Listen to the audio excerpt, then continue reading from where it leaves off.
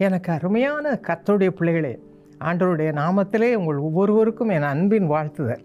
இன்றைக்கு நாம் தியானிக்க போகிற அருமையான வேத வசனம் 2 நாளாகவும் 7ஆம் அதிகாரம் 16ஆம் வசனத்திலிருந்து நாம் பார்க்க போகிறோம். இந்த வசனம் சொல்லுகிறது, என் கண்களும் என் இருதயமும் எந்நாளும் இங்கே இருக்கும். யார் கண்கள், யார் இருதயம் இருக்கும்? அதாவது கர்த்தராகிய இயேசு கிறிஸ்துவனுடைய பிதாவாகிய தேவனுடைய கண்கள், தெய்வத்தினுடைய கண்கள் நம்ம மேலே இருக்குமா? என்ன ஆச்சரியம் இல்லையா? நமக்கு எவ்வளோ ஆசீர்வாதம் அது. அவருடைய கண்கள் நம்மை பார்க்கிற கண்களாக இருக்கிறது, நம்மை பார்த்து கொண்டே இருக்கிறார். எத்தனை பேருக்கு அது தெரியும்? ஐயோ, யாரும் இல்லையே, எனக்கு உதவி செய்வார் யாரும் இல்லையே, நான் தனியாக இருக்கிறேன்னு, எல்லாரும் என்னை விட்டு போயிட்டாங்களே என்றெல்லாம் கவலைப்படுறோம். ஆனால் இந்த வசனம் சொல்லுகிறது, கர்த்தருடைய கண்கள் நம்ம மேலே இருக்கிறதா. என்ன ஆச்சரியமான ஒரு காரியம் பார்த்தீங்களா? ஆபகுக் 2ஆம் அதிகாரம் 20ஆம் வசனத்தில் அதே போல் கர்த்தரோ என்றால் தமது பரிசுத்த ஆலயத்தில் இருக்கிறார் என்று வேதம் சொல்கிறது. இந்த பரிசுத்த ஆலயம் என்றால் என்ன என்பதை குறித்து வேதத்திலிருந்து பார்க்கும் பொழுது 2 கொரிந்தியர் 6ஆம் அதிகாரம் 16ஆம் வசனத்தை எடுத்துக்கொள்ளுங்கள். நான் அவர்களுக்குள்ளே வாசம் பண்ணுவேன். என்ன ஆச்சரியம் பாருங்கள்! ஆண்டவர் நமக்குள்ளே வந்து வாசம் பண்ண விரும்புகிறார், நம்மோடு கூடவே இருக்க விரும்புகிறார். தெய்வம் நம்ம கூட இருக்கும்போது நமக்கு மனுஷர் துணையே வேண்டாம். மனுஷர் ஒன்று சொல்லுவார்கள், நாளைக்கு வேறு விதமாய் பேசுவார்கள். மனுஷர் மேல் வைக்கும் நம்பிக்கை விருதாவானது. ஆனால் கர்த்தர் நம்ம மேல் வைக்கும் ஆசீர்வாதம், நம்பிக்கை, அவருடைய துணை, எவ்வளவு ஆசீர்வாதம் இல்லையா? அதைத்தான் இந்த வசனத்தில் வாசிக்கிறோம். 2 கொரிந்தியர் 6:16 கர்த்தர் சொல்லுகிறார், நான் அவர்களுக்குள்ளே வாசம் பண்ணுவேன். உங்களோடு தங்கி இருப்பார். வாசம் பண்ணுகிறதுன்ற தங்கி இருக்கிறது. அவர்களுக்குள்ளே உலாவுவேன்.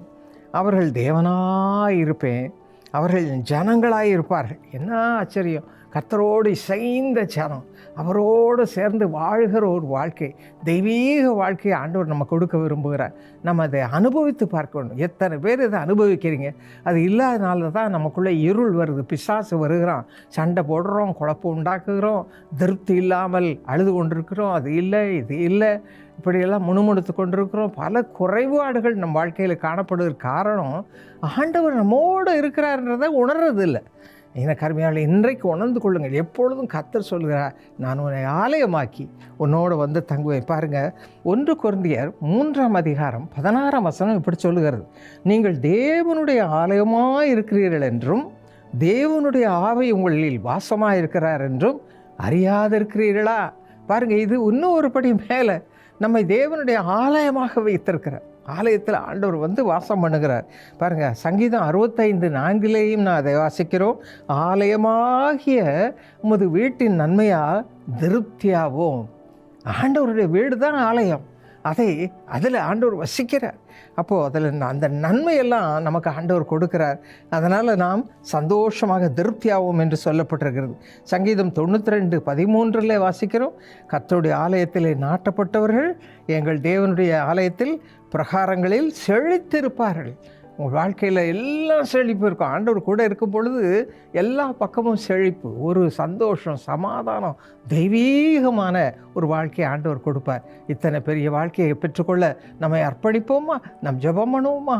எங்கள் அருமை தகப்பனே, இப்படிப்பட்ட தெய்வீக செழிப்பு நிறைந்த, கர்த்தருடைய பிரசன்னம் நிறைந்த வாழ்க்கையை ஒவ்வொருவருக்கும் கொடுவோம்ப்பா. யார் யார் பார்த்து கொண்டிருக்கிறார்களோ, யார் யார் இந்த செய்தி கேட்டுக்கொண்டிருக்கிறார்களோ, நான் தனியாக இருக்கிறேனே, யாருமே எனக்கு துணை இல்லையே, எனக்கு உதவி செய்வார் யாருமே இல்லை இந்த உலகத்தில் என்றெல்லாம் கவலையோடு இருக்கிற ஒவ்வொரு மக்களோடு நீ பேசுமப்பா.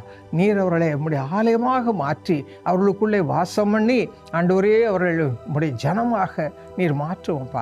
அவர்களோடு உம்முடைய பிரசன்னம் இருக்கட்டும். அவர்களுக்கு என்னென்ன தேவை அத்தனையும் கொடுத்து ஆவியிலும் ஆத்துமாவிலும் சரீரத்திலும் அவர்களுக்கு ஆசீர்வாதத்தை நிறைவாய் அருளி செய்யும். நீ இதை செய்வதற்காக உமக்கு கோடி கோடி ஸ்தோத்திரம். இயேசுவின் நாமத்தில் ஜெபிக்கிறோம் நல்ல பிதாவே, ஆமென்.